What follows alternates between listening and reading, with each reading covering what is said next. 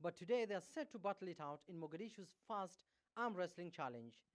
Participants are mostly young men in their early 20s, with each participant seeking to take home the victory for their respective districts. For some, it's been months of training ahead of this event. And inside the hall, supporters cheer for their favorite arm wrestlers as they exert every ounce of their energy, using every muscle in their bodies.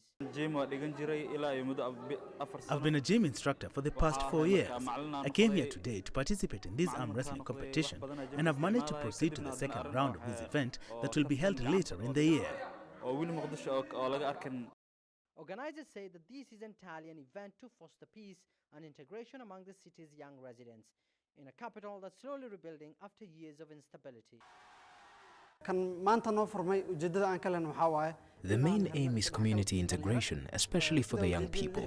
16 districts of the capital were present. Each participant had his own supporters from his district.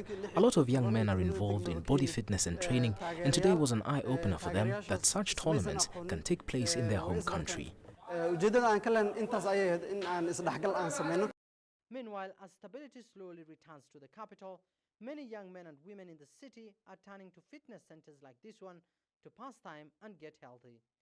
Experts have urged Mogadishu to invest in its youth, and this comes amid concerns that many are fleeing the country due to poverty and massive unemployment rate in the country. Youth in Somalia currently make up 70% of the country's total population. Back to the arm wrestling challenge, and two participants have surprised the audience after none of them gave up in the first, second and third rounds respectively. The second leg of the arm wrestling challenge is due to take place within the year.